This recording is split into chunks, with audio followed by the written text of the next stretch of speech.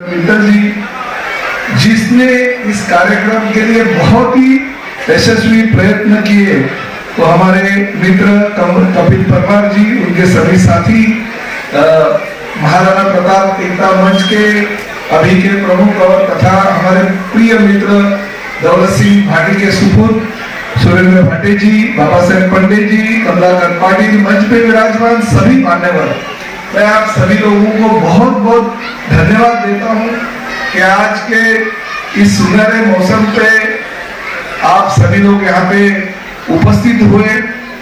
बहुत सालों से मेरी तमन्ना थी, 14 साल से तो इस मीरा भाईंदर शहर का विधायक हूँ और आप सभी के आशीर्वाद से हर बार मेरे जो विधायक का इलेक्शन होता है उस वक्त जो परसेंटेज है वोटों के बढ़ती जाती है और इस साल तो 84,000 के मार्जिन से आपने मुझे जिता के दिया।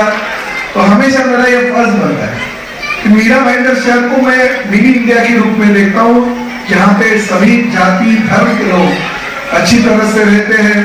बहुत ही अच्छा भाईचारा इस मीरा भाईंदर शहर में सभी जाति और धर्म के लोगों के बीच में होता है। और इस परिसर से पिछले 3 बार मैं अगर चुन के जाता हूं तो उसके पीछे आप लोगों का आशीर्वाद, ये बहुत बड़ी चीज मेरे पीछे है, इसलिए मैं बार बार चुन के आता हूं।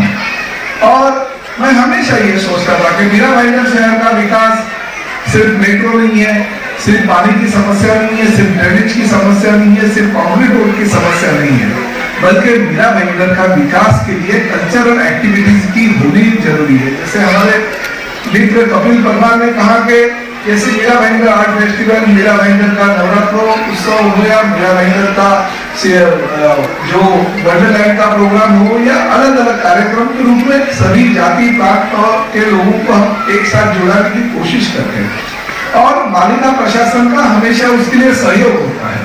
तो मैं हमेशा ये सोचता था क्यों ना मेरी सत्ता इस महाराष्ट्र में आएगी, मुझे जानने वाले पहचानने वाले मुख्यमंत्री बनेंगे तो इस मीरा भाईंदर शहर के लिए विकास के लिए मैं और बहुत कुछ करता हूँ।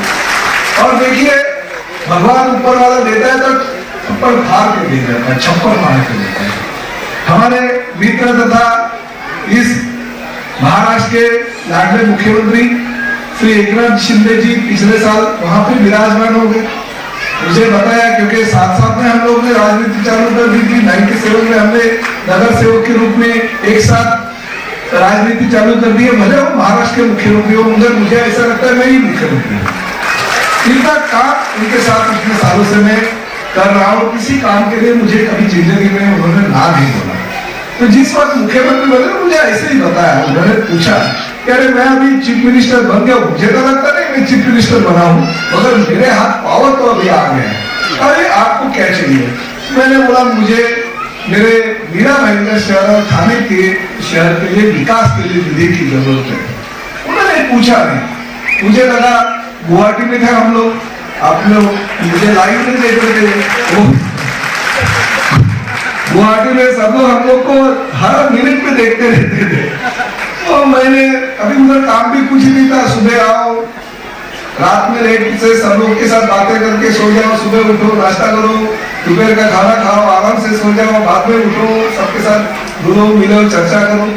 तो मैं सोचता था कि क्या क्या विकास किया मीरा भाईंदर शहर में, हम लोग को क्या क्या विकास चाहिए। मैं सोचते सोचते 2 दिन में इतनी लंबी चौड़ी मैंने चिट्ठी बना दी। तो मैंने सोचा कि शिंदे साहब ने पूछा तो है क्या चाहिए, नहीं इतनी बड़ी लिस्ट दे दूंगा, उसमें से 2-4 जो मेरे विषय है वो मंजूर कर देंगे। अभी उस वक्त तो मुख्यमंत्री बने नहीं थे, नगर विकास मंत्री थे जिस वक्त हम गुवाहाटी में थे। मैं यादी बना दी क्योंकि सब आमदार लोगों को फंड दे रहे थे उनके राज्य शासन के नगर विकास के निधि से। उन्होंने लिस्ट दे दी, 2 पेज थे। उन्होंने तुरंत चिट्ठी दे दी और लिख दिया कि बाबा ये सभी सैंक्शन और सेक्रेटरी को फोन कर दिया। अभी उन्होंने देखा कि उसके पीछे क्या क्या लिखा है। अभी वो मेरी यादी जो थी 2700 करोड़ रुपए की थी। अरे मैंने बोला कि इतना तो बड़ा निधि मिल नहीं सकता। तो फिर बाद में गोवा आ गए, गोवा आने के बाद में उन्होंने मुख्यमंत्री पद की शपथ ले ली थी। अभी तो कुछ हो सकता है, अभी सैंक्शन तो दे दी है, अभी कैसे हो डबल सैंक्शन करने का, गवर्नमेंट से पैसा निकालना है ना, अभी 2700 करोड़ रुपए तो एक साल में मिल नहीं सकता, फिर क्या करें? तो मैंने क्या किया, जितने भी बड़े बड़े प्रोजेक्ट थे उसके लिए टोटल 5-5 करोड़ रुपए का सैंक्शन कर लिया और उसमें नीचे लिख दिया कि जिस तरह से काम होते जाएगा उस तरह से पैसा कॉर्पोरेशन को मिलता जाएगा, थाने कॉर्पोरेशन और मीरा भाईंदर को। अभी 2700 करोड़ रुपए के काम थे, मगर जो टोटल अमाउंट थी वो 150-200 करोड़ की थी। बाकी के तो वैसे साल 2 साल में 3 साल में जैसे काम होते जाएंगे तो देते जाना है, और सब काम मंजूर हो गए।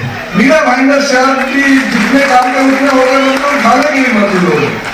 फिर मैंने सोचा कि नहीं, ये सब अभी काम तो मंजूर हो गए, अभी हर समाज के लिए कुछ करना है, क्योंकि मीरा भाईंदर में अभी राजनीति किसी की नहीं थी, राजनीति सब बंद हो गई थी, सबके दुकान बंद हो गए थे, होलसेल वालों के भी और रिटेल वालों को भी, क्योंकि कॉर्पोरेशन का इलेक्शन अभी था ही नहीं। प्रशासन के प्रमुख थे, उधर कुछ महासभा में या कॉर्पोरेशन में जाने का जरूरत नहीं था। आप गुस्सा मत करना कोई। मैं ही विधायक था और हमारे पिताजी थी, 2 ही जन मीरा भाईंदर शहर चला रहे थे। दिलीप ढोले जी कमिश्नर थे, हमारे खामिद साहब थे, घेवारे साहब, सब लोग थे। फटाफट मैंने लिस्ट निकाली कि कहाँ पे जगह उपलब्ध है। तो मैंने हर कम्युनिटी के हिसाब से राज्य शासन से जो पैसा सैंक्शन किया था उसमें से 1-1 करोड़ रुपए वो कम्युनिटी के हिसाब से डाल दिया, और उसमें बहुत ही अच्छी जगह मुझे मिली, आदरणीय वीर शिरोमणि महाराणा प्रताप जी के भूमि पूजन की जगह। मैंने तुरंत उसके लिए प्लान पास कर दिया, घेवारे साहब ने प्लान सैंक्शन कर दिया, जगह तय होगी। अभी जगह तय होने के बाद में उसका भूमि पूजन का वक्त आ गया। कुछ लोगों ने राजनीति की, यार इतने छोटी जगह पे क्या महाराणा प्रताप भवन होगा, प्रेस कॉन्फ्रेंस हो गया। मैंने कहा कॉर्पोरेशन के पास जो लेटर था कि ये छोटी जगह नहीं है भाई, यहाँ पे तो 12,000 फुट का काम होने वाला था। बाद में पता चला कि जो विरोध कर रहे थे उन्होंने ही वो जगह कॉर्पोरेशन को दी थी, मगर हड़प करने की कोशिश की थी, देने का नहीं था उनको जगह। जैसे कल रात को कुछ हो गया, कुछ लोगों को पता होगा, मुझे उस राजनीति में जाना नहीं, मगर कभी कभी जो चीज होती है वो अच्छे के लिए होती है। कल रात को जो जगह कॉर्पोरेशन ने हमको दी थी उसमें जो राजनीति हो गई, जो वहां पे रहने वाले लोग थे उन्होंने कहा कि इसमें तो हमें गार्डन दिखाया और हमारे से पैसे भी ले लिए, अभी क्या करें। मैं उन लोगों को जाके मिला, मैंने कहा देश में 2 लोगों को ही मैं सबसे ज्यादा दिल से मानता हूँ, एक है छत्रपति शिवाजी महाराज और दूसरे है वीर शिरोमणि महाराज। अगर कुछ भी ये बातों के ऊपर राजनीति हो गई तो मैं ये काम गंदी राजनीति होने नहीं दूंगा। अगर आपका विरोध है तो मैं यहाँ पे विरोध के बावजूद भूमि पूजन नहीं करूंगा। मैंने रात को 2-2:30 बजे घेवारे साहब को फोन किया, बोला साहब वहां पे राजनीति हो रही है और मुझे राजनीति करनी नहीं है, और मैं दिल से स्वच्छ मन से अगर कुछ चीजें हमारे मीरा भाईंदर शहर के राजस्थानी लोगों के लिए अगर कर रहा हूं तो मुझे उसमें स्वच्छता चाहिए, प्यार चाहिए। आप किसी भी हालत में उस जगह छोड़ के दूसरी जगह मुझे दीजिए। मैं घेवारे साहब का धन्यवाद देता हूँ। उन्होंने मुझे कहा कि आज अभी रात हो गई है, मैं सुबह इसका फैसला करता हूँ। जैसे ही सुबह हो गई उन्होंने मीरा भाईंदर शहर में कहाँ पे जगह है ये छानना चालू कर दिया। दोपहर को 1 और 1:30 बजे के आसपास जैसे मैंने इनको लेटर दिया, उन्होंने मुझे फोन किया कि देखिए जो जगह है उससे कई गुना ज्यादा अच्छी और बड़ी जगह मैं आपको देने जा रहा हूँ। मैं वो विकासक जो है उनसे भी बात कर लिया, उन्होंने कहा मुझे विकासक से भी आप बात कर लो।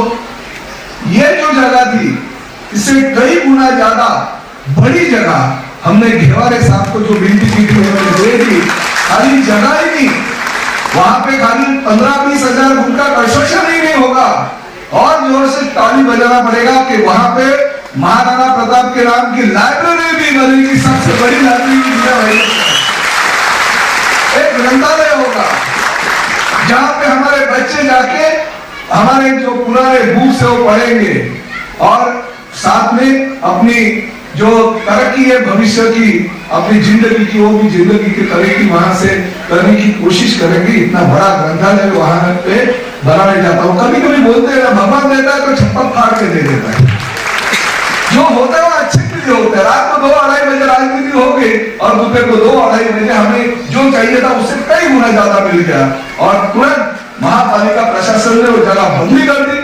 मैं वहां पे गया दोपहर को 3 बजे, उन लोगों को धन्यवाद बोला कि आपकी वजह से चलो यहाँ पे नहीं मगर दूसरी जगह पे हम भूमि पूजन करने जा रहे हैं। हमको जैसी जगह चाहिए थी शहर के बीचों बीच और अच्छी, इससे भी कई गुना ज्यादा अच्छी जगह हमको मिल गई। आपको तकलीफ हो गई है मगर जिसने आपको फंसाया उसको छोड़िए मत।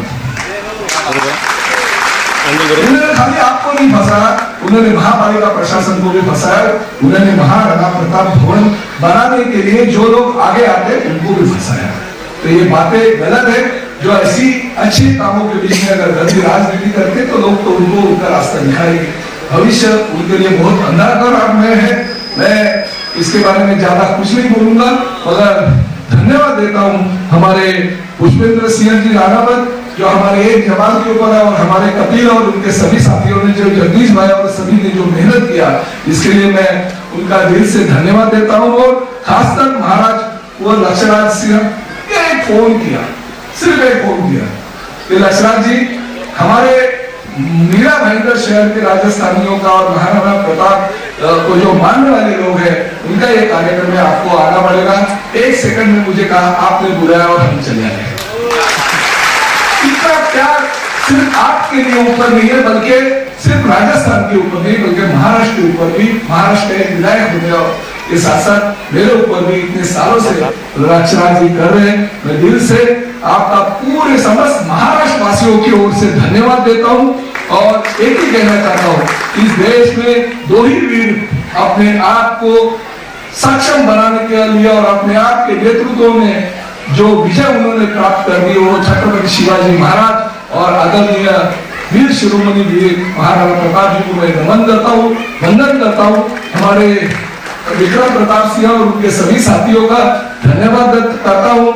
सुरेंद्र सिंह भाटी जो पिछले कई सालों से इस महाराणा प्रताप भवन के लिए प्रयास कर रहे थे, उनको भी और उनके सभी साथियों को धन्यवाद करके मेरे यहाँ पे दोष खत्म करता हूँ। भविष्य में ये महाराणा प्रताप भवन और आगे जाके इस मीरा भाईंदर शहर को और उज्जवल बनाएगा, इसकी ग्वाही आप सभी लोगों को देता हूँ। धन्यवाद। जय हिंद, जय महाराष्ट्र, जय राजस्थान।